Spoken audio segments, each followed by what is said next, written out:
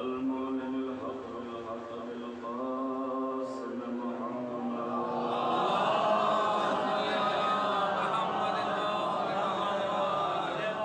والصلاة والسلام على البيت الطيبين الطاهرين المعصومين المنتجبين المنتخبين الذين أذهب الله عنهم الرجس وطهرهم تطهيرا.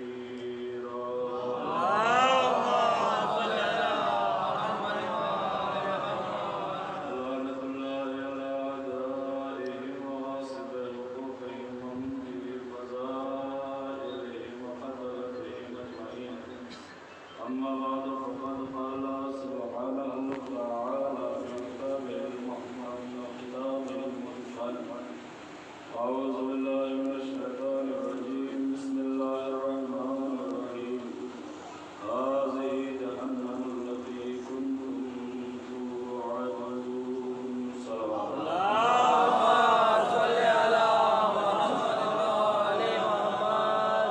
حضرات گرامی قدر، سامعین معظم، موالیان حضرات، یہ جو بیچ کا اور درمیان کا فاصلہ خالی پڑا ہے، اگر یہ پر ہو جائے تو مجھے اپنی بات آپ نے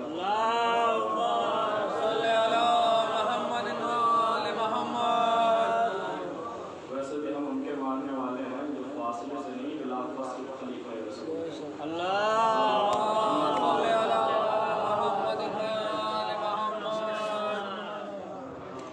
حضرات گرامی قدر، یہ شب اربعین کی مجلس ہے اور تقریباً کوئی دن ایسا نہیں ہے کہ جس میں ہم نے مجلس میں شرکت نہ کی.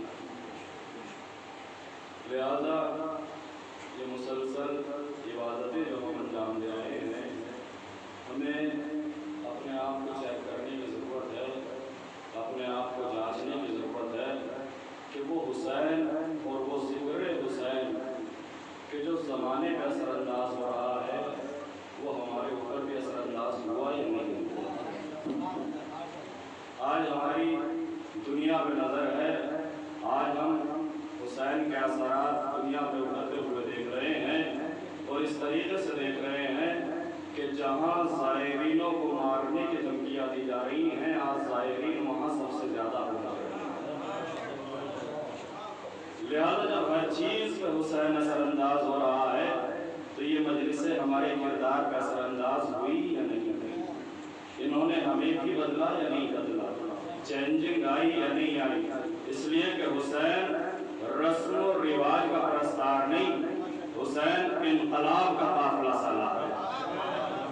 حسین جہاں ہوتا ہے وہاں انقلاب آتا ہے، اندھیرا ہو تو روشنی میں بدل دیتا ہے.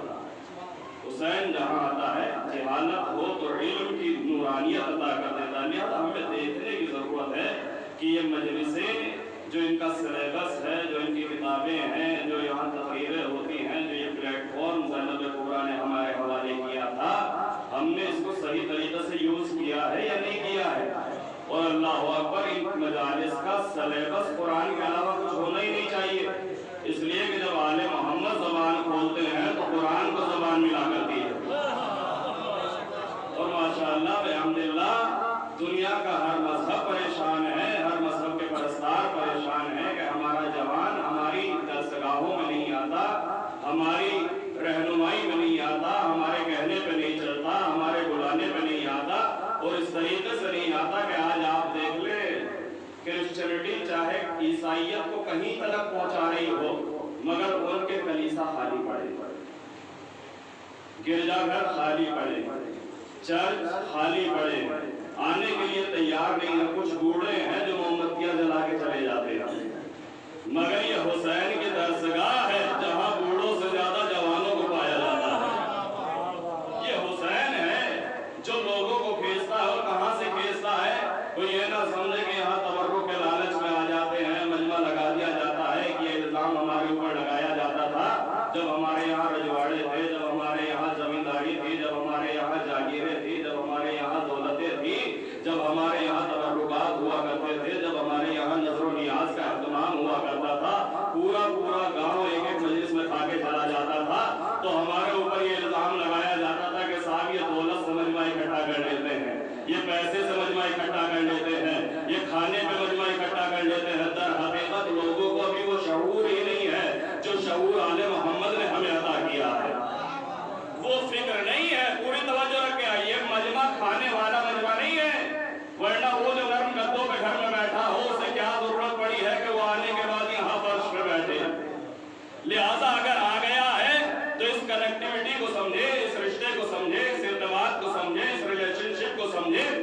ہم اہل بیت کے دنیا کے رشتہ دار نہیں ہیں. ہم نے آل محمد کا دروازہ دنیا میں آنے کے بعد نہیں دیکھا. پوری توجہ رکھیں کہ ہماری خلقت کہاں سے ہوئی, ہمارا اوریجن کیا ہے, ہمارا ضمیر کیا ہے, ہمارا خمیر کیا ہے, ہمیں کہاں سے بنایا گیا ہے. ایک شخص آیا چھٹے امام کی خدمت میں, پوری توجہ رکھیں. 40 یہ کیوں لوگ جا رہے ہیں؟ موت کی دھمکیاں ہونے کے باوجود, داعش کے ہونے کے باوجود, جھگڑے ہونے کے باوجود, بم پھٹنے کے باوجود, دھمکیاں مل جانے کے باوجود, کیوں لوگ پہلے سے زیادہ, اس سال کی جو تعداد ہے وہ پہلے سے زیادہ ہے, کیوں یہ تعداد بڑھتی چلی جا رہی ہے؟ کیوں لوگ جا رہے ہیں؟ لوگ یہ سمجھ رہے ہیں کہ صاحب کسی لعنت میں جا رہے ہیں. نہیں, یہ کیا چیز ہے جو کھینچ رہی ہے؟ یہ کون سی گریویٹیشن ہے؟ یہ کون سا کھچاؤ ہے؟ یہ کون سا ارتباط ہے؟ یہ کون سی کنیکٹیوٹی؟ ایک شخص آیا چھٹے امام کی خدمت میں, کہا مولا میری سمجھ میں نہیں آتا, آنکھیں ہماری بھی وہی جو دنیا والوں کی ہے, دل ہمارا بھی وہی جو دنیا والوں کا ہے, زبان ہماری بھی وہی جو دنیا والوں کی ہے, مولا پورا جسم وہی ہے, مگر کیفیات الگ الگ ہے, احساسات الگ الگ ہیں, ایموشنز الگ الگ ہیں, فیلنگز الگ الگ ہیں, جذبات الگ الگ ہیں. مولا ہمارے گھر میں خوشی ہو رہی ہو, کیسی بھی خوشی ہو, اور آپ کے گھر کی غم کی خبر پہنچ جائے تو ہم مغموم ہو جاتے ہیں. پوری توجہ رکھیں. دیکھیں کیا رشتہ ہے ہمارا آل محمد سے, اس کی طرف متوجہ ہو جائے. یہ رشتہ کتنا پاکیزہ ہے. جب تک ہمیں معلوم نہیں ہوگا نا کہ ہم کس خاندان سے تعلق رکھتے ہیں, ہم کس قبیلے سے تعلق رکھتے ہیں, ہم کس نور سے تعلق رکھتے ہیں. یہ ہماری سوسائٹی کا رواج ہے کہ جب کوئی بچہ بگڑنے لگتا ہے تو اسے یاد دلایا جاتا ہے کہ تیرے بابا کتنے اچھے تھے, تیرے دادا کتنے اچھے تھے, تیرے گھر والے کتنے اچھے تھے. یعنی قبیلے وہاں یاد دلائے جاتے ہیں جہاں تاریخ اجاگر ہو, جہاں تاریخ روشن ہو. پوری توجہ ہے کہ ہمارا ماضی کتنا روشن ہے. دنیا ہمارے پریزنٹ کو دیکھ رہی ہے, ہمارا فیوچر بھی روشن ہوگا, پریزنٹ بھی روشن ہے, اس لیے کہ ہمارا پاسٹ روشن ہے, چمک رہا ہے. کہاں سے چمک رہا ہے؟ آیا, آنے کے بعد کہا یا ابن رسول اللہ, یہ میری سمجھ میں نہیں آتا کہ ہمارے گھر میں خوشی کا ماحول ہو, خوشی کی بزمیں سجی ہوئی ہو, اور کوئی غم کی خبر آپ کے گھرانے کی پہنچ جائے, کوئی شہادت کی خبر پہنچ جائے تو مولا ہم مغموم ہو جاتے ہیں.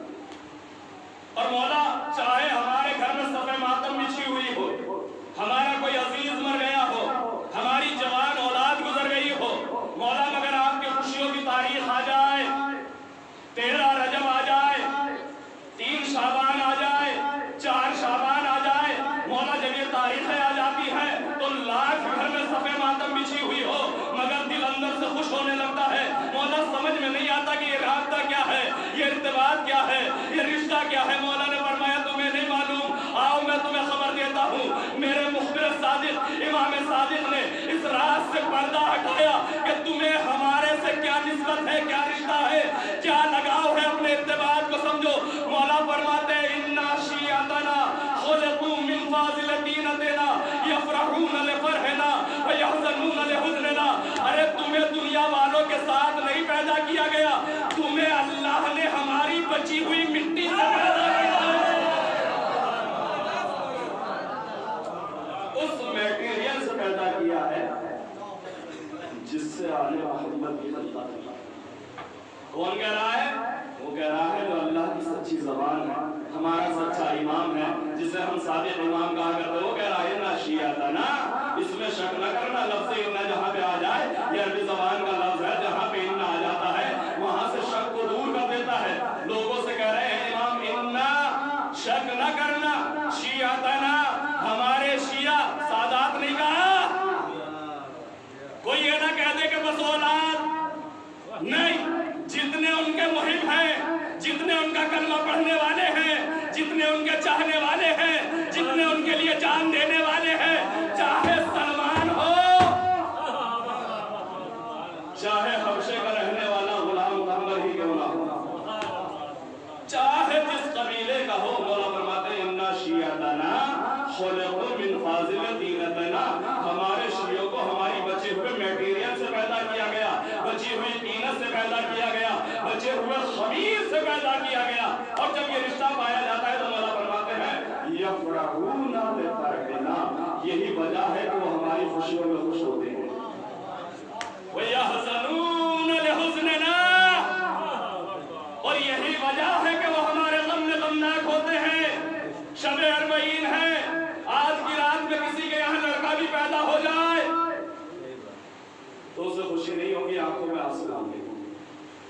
کا حسین کا گھر اجڑا تھا۔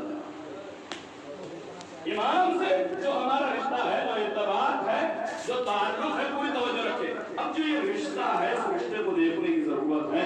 دیکھیں ایک قطرہ اگر سمندر کا ہو، پوری توجہ رکھے۔ پہلے کا زمانہ تھا کہ جب ڈاکٹر ٹیسٹ لکھ دیا کرتے تھے، کوئی بیماری ہو جائے، آج کے دور میں بھی بخار ہو جائے، کچھ بھی ہو جائے، تو جائیے اپنا بلڈ ٹیسٹ کرائیے۔ یہ جاتا تھا، جانے کے بعد ڈرا ہوتا تھا کہ نہیں جانے کیا ہوگا، پورا بلڈ نکال لیا جائے گا، اس کے بعد چیک کیا جائے گا۔ ان کا سائنس ہے، میڈیکل سائنس آگے بڑھی، ایک قطرہ خون نکالا، ایک قطرہ خون نکالا، اور نکالنے کے بعد اس ایک قطرے خون سے انہوں نے بتا دیا کہ جسم میں آئرن کتنا ہے، جسم میں کتنا کیا چیز پائی جاتی ہے، فولک ایسڈ کتنا ہے، کیا کیا ہے، کیا کیا نہیں ہے، پورے جسم کا فیصلہ ایک قطرے سے کر دیا۔ میں کہوں گا جب انہیں ایک قطرہ خون ہی چاہیے تھا تو بہت سارے جانور ہیں، کسی کا بھی خون لے لیتے، کہیں سے بھی پتہ لگا دیتے، کہا نہیں، چونکہ جس چیز کے بارے میں بتانا ہے اسی کا قطرہ ہونا چاہیے۔ اگر یہ قطرہ اس جسم سے نکالا گیا ہے، جس جسم کی رپورٹ چاہیے، جس جسم کی جانچ چاہیے، جس جسم کا چیک اپ ہونا ہے، اگر اس سے نکالا گیا ہے تو چاہے ایک ہی قطرہ ہو، مگر اس کے اندر تمام صفات وہ ہوں گے جو سارے خون میں پائے جاتے ہیں۔ پوری توجہ رکھ کے دیکھیں میں کہاں لے کے آ رہا ہوں۔ اس ایک قطرے میں تمام صفات وہی پائے جائیں گے، بشرطی کہ یہ قطرہ وہی سے لیا گیا ہو۔ سمندر میں کتنا نمک ہے، کتنے ایسڈ ہے، کتنے کیا چیزیں پائی جاتی ہیں، یہ تمام سب کچھ پتا چل جائے گا۔ کاپر کتنا ہے، سلور کتنا ہے، آئرن کتنا ہے، سب کچھ پتا چل جائے گا، بشرطی کہ سمندر کا پانی وہیں سے اٹھایا گیا ہو۔ اگر وہاں کا ہے تو وہ بتائے گا کہ جو پورے سمندر میں پایا جاتا ہے وہ کچھ نہ کچھ مقدار میں میرے اندر بھی پایا جاتا ہے۔ آل محمد نے کیا کہا کہ ہمارے شیعوں کو ہماری بچی ہوئی مٹی سے پیدا کیا گیا ہے۔ اب اس کا مطلب یہ ہے کہ وہ آل محمد کا شیعہ ہے کہ جو نام لیتا نہ پھرے کہ میں ان کا شیعہ ہوں، جس کے صفات یہ بتا رہے ہو کہ یہ آل محمد کا شیعہ ہے۔ اگر یہ مٹی وہی کی ہے تو یہ مٹی اپنا پتہ بتائے گی ضرور، جس طریقے سے وہ ایک قطرہ خون بتا رہا ہے کہ مجھے جس جسم سے نکالا گیا ہے اس جسم میں کتنا آئرن پایا جاتا ہے، کتنا کاپر پایا جاتا ہے، کتنا فولک ایسڈ پایا جاتا ہے، کیا کیا پایا جاتا ہے، ایک قطرے کے اندر پورے جسم کی خبر ہوا کرتی ہے۔ ذرا سے پانی کے اندر پورے سمندر کی خبر ہوا کرتی ہے۔ در حقیقت آل محمد کا شیعہ وہ ہے کہ جس کی نمازوں کو دیکھ کے پتا چلے کہ یہ آل محمد کی نماز ہے، جس کے دین کو دیکھ کے پتا چلے کہ یہ آل محمد کا دین ہے۔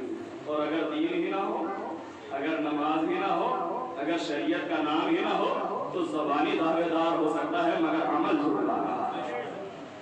لہذا متوجہ ہو جائے، یہ قرآن جو اللہ کی کتاب ہے، اللہ جب اس کا تعارف کراتا ہے، کوئی بھی کتاب ہو، انسان کو جب خریدنی ہو تو ہر کتاب کو پڑھتا نہیں ہے۔ آپ چلے جائیں، بڑے بڑے میلے لگا کرتے ہیں، بک فیئرس لگا کرتے ہیں، دہلی میں لگتے ہیں اور دنیا کے بڑے بڑے شہروں میں لگتے ہیں، انسان جاتا ہے، اچھی اچھی کتابیں سجی ہوتی ہیں، کوئی کتاب پسند آ گئی تو سب سے پہلے اس کے سربراہ کو دیکھتا ہے کہ اس کا عنوان کیا ہے۔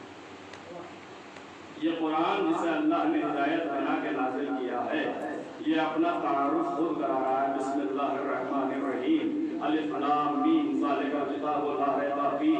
دیکھو مجھے اٹھانے سے پہلے یہ سمجھ لینا کہ میں وہ کتاب ہوں کہ جس میں کوئی شک و شبہ کی گنجائش نہیں ہے۔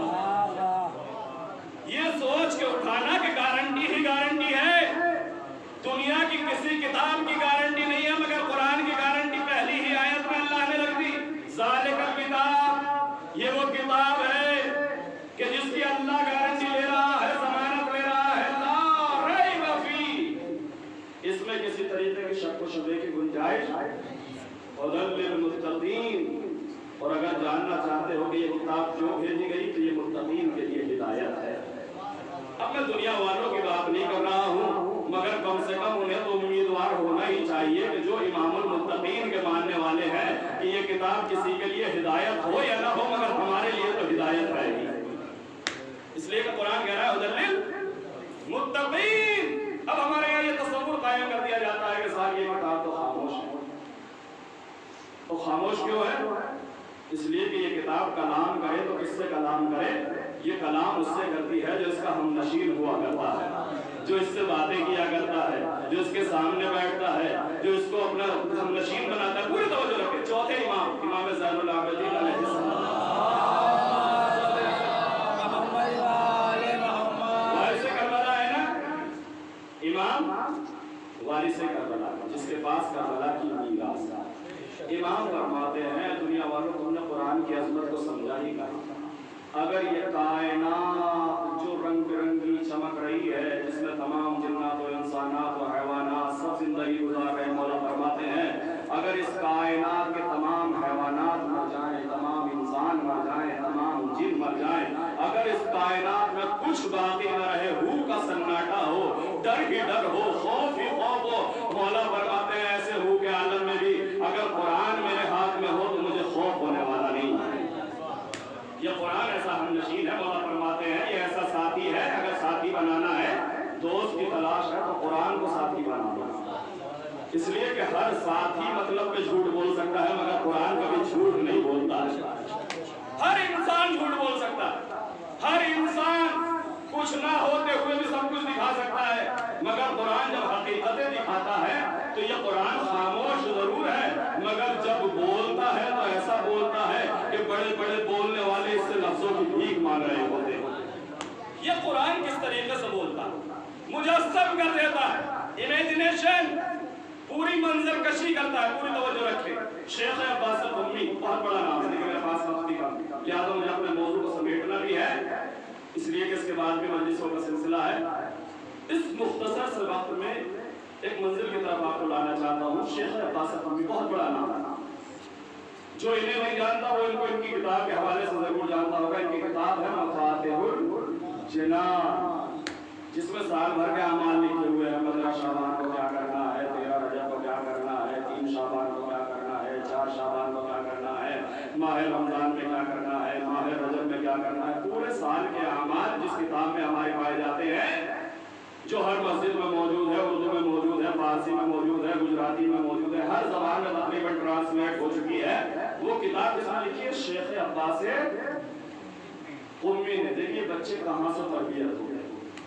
ہم یہ سمجھتے ہیں کہ صاحب ہم اپنے بچوں کو دیندار بنا دیں گے، چاہے ہم دیندار ہوں یا نہ ہو، چاہے ہم نماز پڑھتے ہوں یا نہ ہو، چاہے ہم دین کو فالو کرتے ہوں یا نہ کرتے ہوں۔ در حقیقت اس راز کی طرف پردہ اٹھانا ہے کہ ہمارے بچے وہ نہیں سیکھتے ہیں جو ہم کہتے ہیں، ہمارے بچے وہ سیکھتے ہیں جو ہم کرتے ہیں۔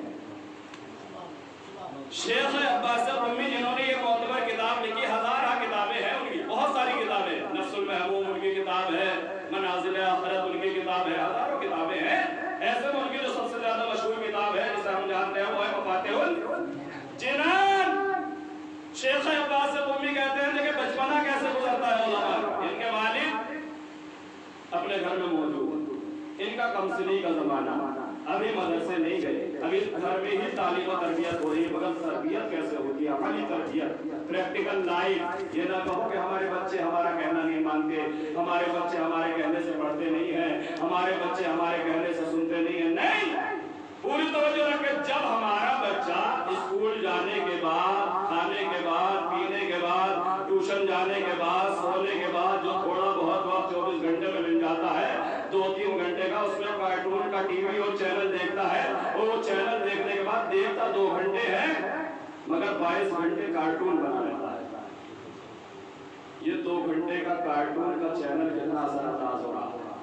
اس کا مطلب یہ ہے کہ یہ بچہ اعلان کر رہا ہے کہ اگر ہمارے ماں باپ نے ہمیں دین دے دیا ہوتا تو ہم دیندار بن گئے ہوتے۔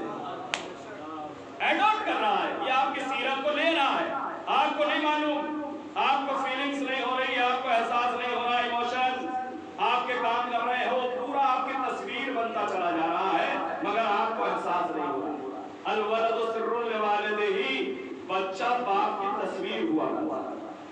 اٹھنے بیٹھنے میں، بولنے میں، سوچنے میں، طریقے میں، گفتگو میں، ہر چیز میں بچہ اپنے باپ کو ایڈاپٹ کرتا ہے۔ نہ چاہتے ہوئے بھی وہ اپنے باپ کی سیرت کو لیتا ہے۔ باہر کی تعلیم تو 25% جس کے اوپر اثر انداز ہوتی ہے، 75% جس چیز سے یہ بچہ بنتا ہے وہ ہوتی ہے ماں باپ کی